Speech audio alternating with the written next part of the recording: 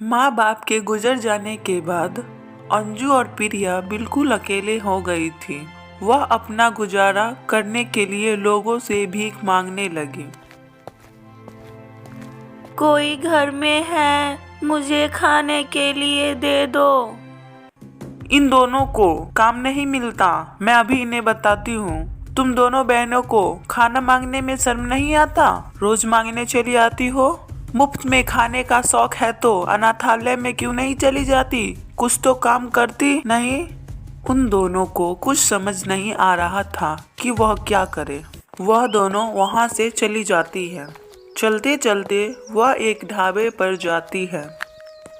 अरे तुम दोनों यहाँ? तुम्हें देखकर लगता है कि सुबह से तुम दोनों कुछ खाया नहीं। आओ पहले खा लो। लेकिन काका, आप कब तक हम दोनों बहनों को मुफ्त में खाना देते रहोगे? आप हमें अपने ढाबे पर कुछ काम क्यों नहीं दे देते? उसके बदले मुझे खाना दे दीजिएगा। तुम दोनों के माता पिता नहीं है क्या? अगर तुम्हें कोई परेशानी है तो तुम मुझे बता सकती हो। वे दोनों अपने बारे में सब कुछ उस बूढ़े आदमी को बताती हैं। बहुत बुरा हुआ तुम दोनों के साथ। अब से तुम दोनों को भीख मांगने की जरूरत नहीं। अब से तुम दोनों मेरे ही साथ रहोगे। वैसे भी मेरा भी कोई नहीं है और मेरा मदद भी कर देना।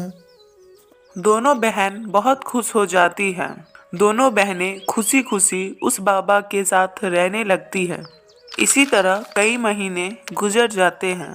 अब वह बाबा बीमार रहने लगते हैं। आज मैं कुछ नहीं कर पाऊंगा। मेरा तबीयत कुछ अच्छा नहीं है, इसलिए मैं ढाबा नहीं खोल पाऊंगा। तुम दोनों सिर्फ अपने लिए कुछ बना लो। फिर एक दिन, आज मुझे माँ के हाथों का पराठा खाने का मन कर रहा है। अच्छा तो रुक, मैं भी बना देती हूँ। तुम्हें पराठे बनाने आते हैं?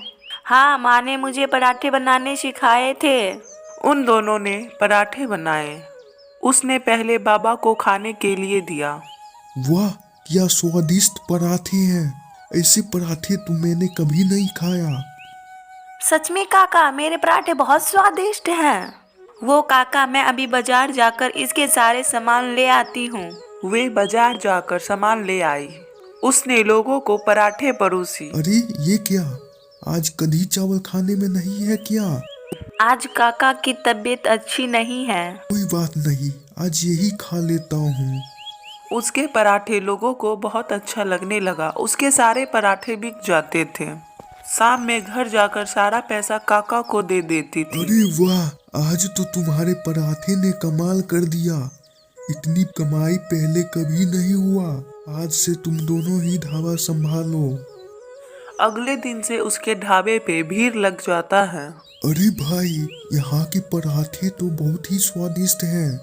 ऐसे पराठे मैंने कभी नहीं खाया। अब उनका काम बहुत अच्छा चलने लगा था।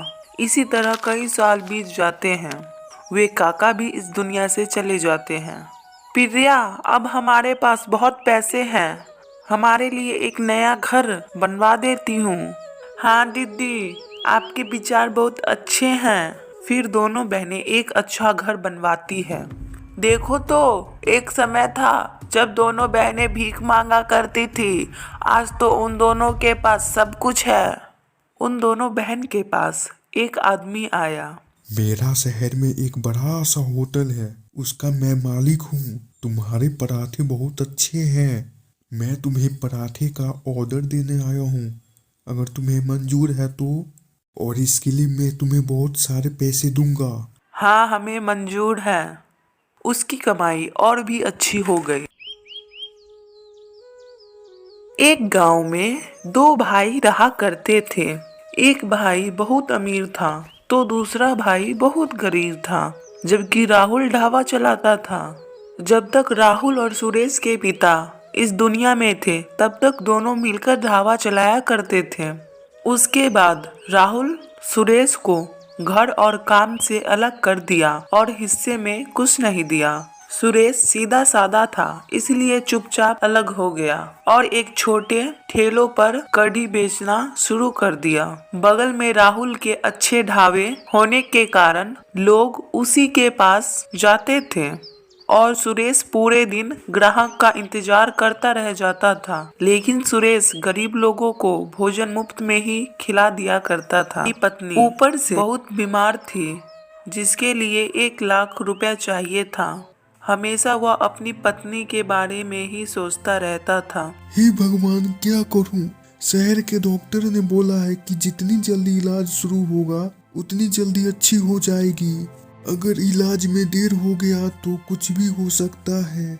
क्यों न मैं एक बार भैया से बात करके देखूं, कहीं वे मेरा मदद कर दे। सुरेश अपने भाई राहुल से मदद मांगला जाता। तेरा दिमाग खराब है?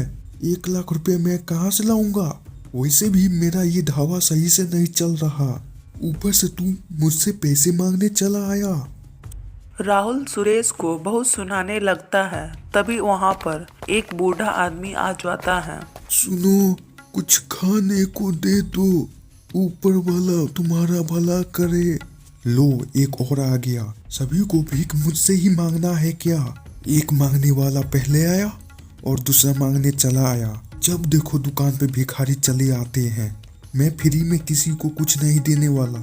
अब मुंह क्या देख रहे हो? सुरेश को यह सब सुनकर एहसास हुआ कि वह राहुल के पास आकर बहुत बड़ी गलती कर दिया। वह बूढ़ा आदमी भी वैसे ही वापस जा रहे थे।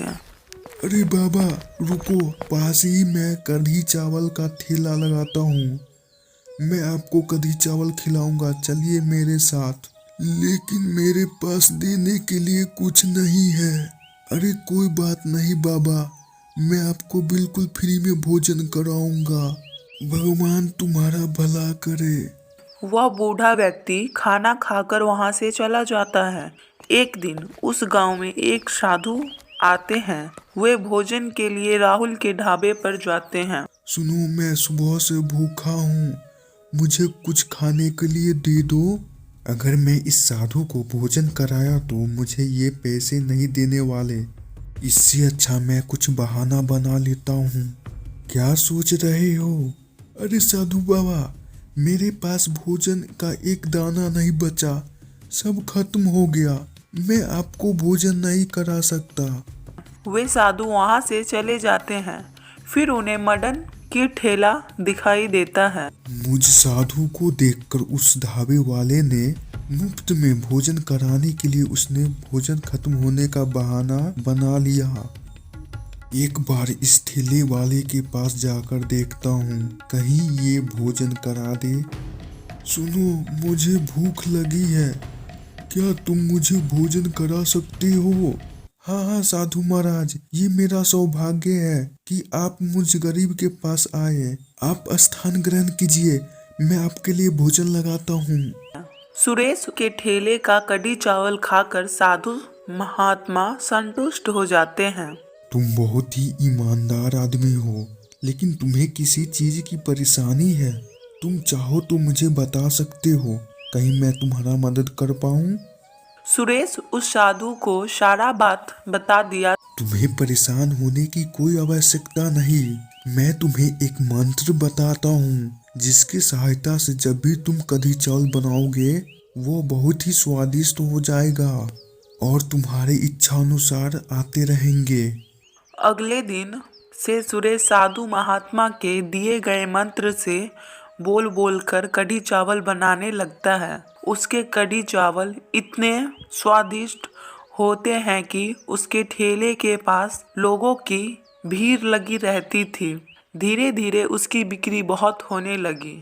मदन के पास अब बहुत पैसे हो गए थे। उसने अपनी पत्नी का इलाज शहर के सबसे अच्छे हॉस्पिटल में करवाया। साधु महात्मा के कारण आज हम अच्छी जिंदगी जी रहे हैं। हाँ, तुम बिल्कुल सही बोल रही हो। वह साधु महात्मा उस दिन नहीं आए होते तो पता नहीं क्या होता। उधर राहुल को अपने किए की फल मिल जाता है। वह सड़क पर आ जाता है। सुरेश के जीवन में खुशियां आ जाती है। जो दूसरे की भला करता है, ऊपर वाला उसका भला जरूर करते हैं।